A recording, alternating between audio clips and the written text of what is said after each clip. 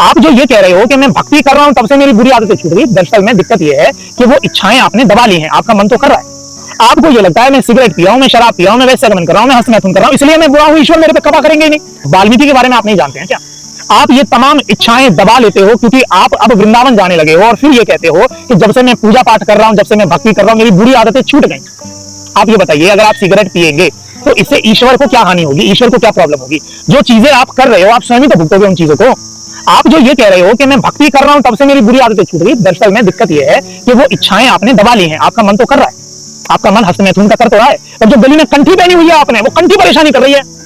वो चलचित्र गंदे आपको देखने की इच्छाएं तो हो रही है, पर जबरदस्ती जो हनुमान चालीसा बीच में आ गई है, ये कष्ट दे रही है आपको। आप समझिए इस चीज को।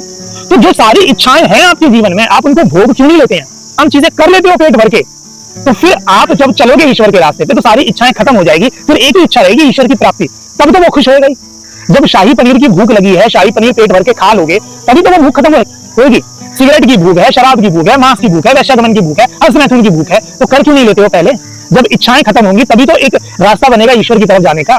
और जब आप सारी चीजें खत्म कर लोगे, जब आप प्योर हो जाओगे, तो ईश्वर स्वयं चले आएंगे, क्योंकि ईश्वर का एक नाम पतित पावन है, गिरे हुए को उठाने वाला। अब समझिए, आपने कितने क्यों ना पाप किए हो, अगर आप शुद्ध होकर चल के आ गए तो ईश्वर स्वयं ये कह रहे हैं, मैं भक्त को दास, भक्त मेरे मुकुट के मणि। आप जब भक्त बन जाओगे तो एक कदम आप चलोगे तो 10 कदम ईश्वर चलेंगे।